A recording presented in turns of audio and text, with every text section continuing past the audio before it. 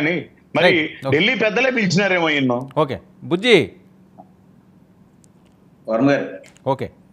ఏంటండి రోజా గారిని వీళ్ళందరినీ గతం వెంటాడుతుందా? లేకపోతే సిఐడి, ఏసీబీలతో వాళ్ళు బేయిపిస్తున్నారా? బెదిరిస్తున్నారా? వాళ్ళు తప్పులు చేయకపోతే గతంలో ఏవైతే వాళ్ళు మాట్లాడారో అవన్నీ కూడా ఒక కక్ష సాధింపు చర్యగా తీసుకుని వాళ్ళని ఏదో ఇరికించాలని చూస్తున్నారన్నది వైసీపీ నాయకులు. ఎన్ని మీరు చేసినా ఎవ్వడో భయపడేది లేదు అని. ఓకే అండి. ముందుగా మీకు అలాగే 99 ప్రేక్షకులకి ఈ డిబేట్లో పాల్గొన్న సభ్యులందరికీ నమస్కారం, శుభ సాయంత్రం. ఇంకోటి సార్, కక్ష అనేది మొదలు పెట్టింది నేను గతంలో కూడా చెప్పాను. ఆంధ్రప్రదేశ్లోనే కాదు, దేశంలో ఏదన్నా రాజకీయ పార్టీ, పొలిటికల్ పార్టీ ఉందంటే వైఎస్ఆర్సీపీ. వాళ్ళకి చేయని వాళ్ళని ఎంత దుర్మార్గం చేశారో. ఇదే రోజా గారు మాట్లాడుతున్నారు కదండి, ఇదే రోజా గారు ఆడుదాం ఆంధ్రాలో అవినీతి అనేది ఆడుదాం ఆంధ్రాలో 100కి 100% జరిగింది. 99% కాదు.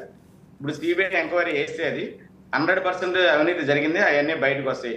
అలాగే ఈయన వైసీపీ నుంచి వచ్చిన ఆయన మాట్లాడుతూ అసలు మేమందరం వైసీపీ నాయకులందరూ పత్తితులు, వైసీపీ నాయకులందరూ అవినీతి ఏమి చేయలేదు, ఓన్లీ కక్ష సాధింపులే సాధిస్తున్నారు అనేది మాట్లాడతాం.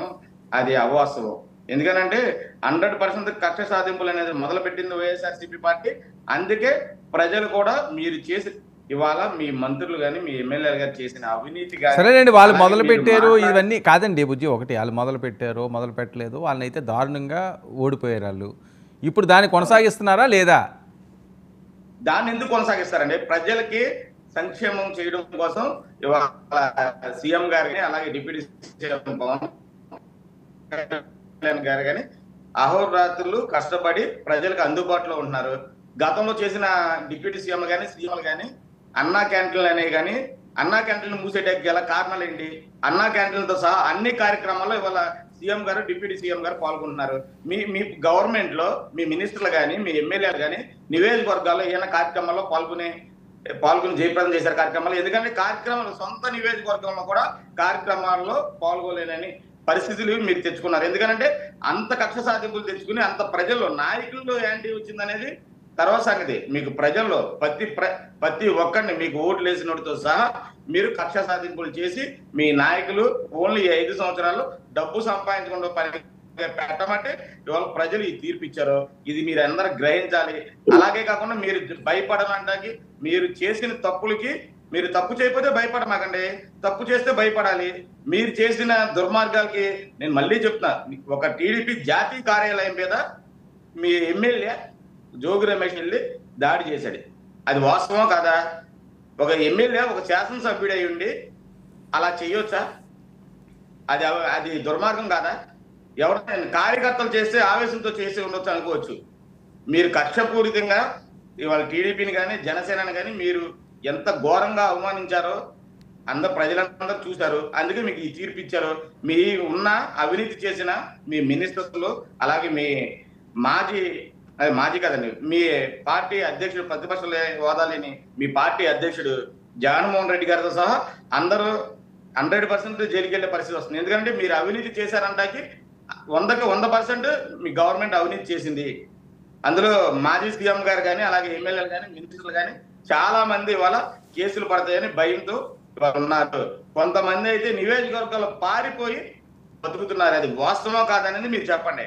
మీరు స్థానిక నియోజకవర్గాల్లో పోటీ చేసి అక్కడ ఓడిపోయిన ఎమ్మెల్యేలు మీరు సుమారు 164 మంది ఎమ్మెల్యేలు ఓడిపోతే కనీసం ఒక 15 మంది 20 మంది తప్ప నియోజకవర్గాల్లో కనవ వాళ్ళందరూ హైదరాబాద్, బెంగళూరు, ఢిల్లీ ఇలా పారిపోయి బతకాల్సి వచ్చిన పరిస్థితి ఇవాళ ఏ రాష్ట్రంలో లేదు, మన ఆంధ్రప్రదేశ్లో ఉంది. ఎందుకంటే మీరు గతంలో చేసిన అవినీతి కానీ గతంలో ప్రజల్ని, నాయకులు కార్యకర్తలు కన్నా ప్రజల్ని, సామాన్యమైన ప్రజల్ని చాలా దారుణంగా హింసించి ఇసికించారు. కాబట్టి మీరు ఇవాళ ఈ తీర్పు ఇవ్వడం జరిగింది. అలాగే మీరు ఇవాళ స్థానిక శాసనసభ్యులు, మాజీ శాసనసభ్యులు అయిన వైసీపీ పార్టీ వాళ్ళు ఎవరు ఇవాళ నియోజకవర్గాల్లో ఉండకుండా పారిపోవడం జరిగింది. 100% వాస్తవం కాదు. ఆయన మనస్సాక్షిని అడగాలి.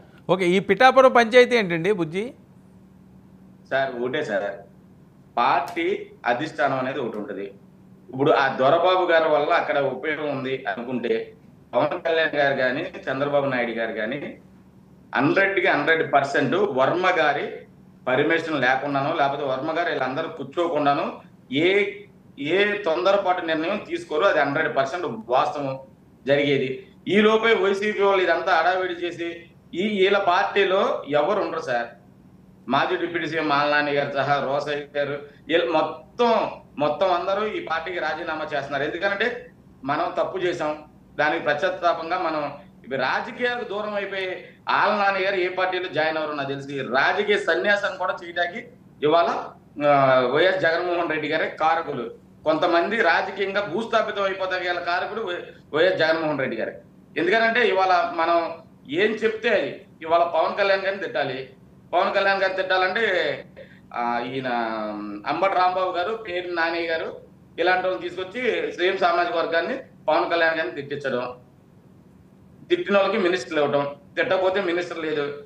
ఇలాంటి పరిస్థితుల్లో ఇవాళ అందరూ మనం అంతా తప్పు చేసాం.